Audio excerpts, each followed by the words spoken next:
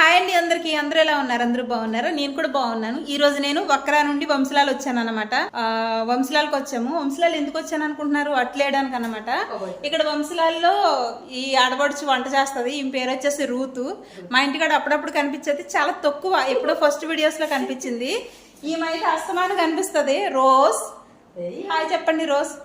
ఈవిడైతే ఇప్పుడు పిల్లల్ని చూడడం కాబట్టి, ఇంతకు ముందంటే తినొచ్చేది, ఇప్పుడు తను వచ్చిన తర్వాత తను వస్తుంది అనమాట మా ఇంటికి. ఇది మా మేడం వాళ్ళ కూతురు ఇల్లు అండి. చాలా మంది అడుగుతున్నారు ఈ అమ్మాయి ఎవరు మీ వీడియోస్లో కనపడుతుందని చెప్పి. ఈ అమ్మాయి మా ఆడబడుచు అండి, మా బాప్పాళ్ళ కూతురు అన్నమాట. తిరిగేసేయండి.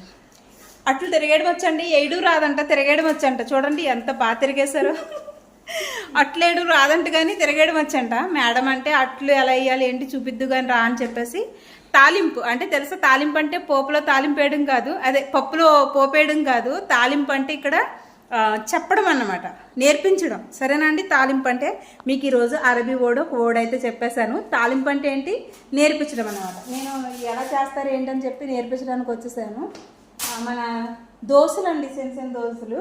ఇక్కడ కొబ్బుజ అంటారు. ఇంకా దేన్నైనా ఇలా ఉండేదాన్ని కొబ్బుజనే అంటారు. సో పిండి కలిపి ఎలా కలపాలి ఏంటని పిండి కలిపి దోశలు. మా ఇంట్లోకి అంటే వీళ్ళ ఇంట్లోకి చిన్న బేబీ వచ్చింది. బేబీ కోసం అని చెప్పి, ఇంకా బేబీ వచ్చినట్టు కొంచెం హడావిడి ఉంటుందిలేండి. సో ఆ హడావిడిలో కొబ్బుజ అనమాట. తర్వాత వీళ్ళు ఎలా తింటారంటే ఇది కోడి చారు, హెల్తీ ఫుడ్ అనమాట.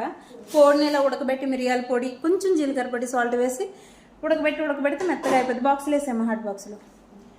ఫైనలీ అందుకేనండి నేను వంశలాలకు వచ్చాను. మీరు ఎక్కడన్నా ఉంటే కనుక వంశలాల్లో నాకు హాయ్ చెప్పేసేయండి.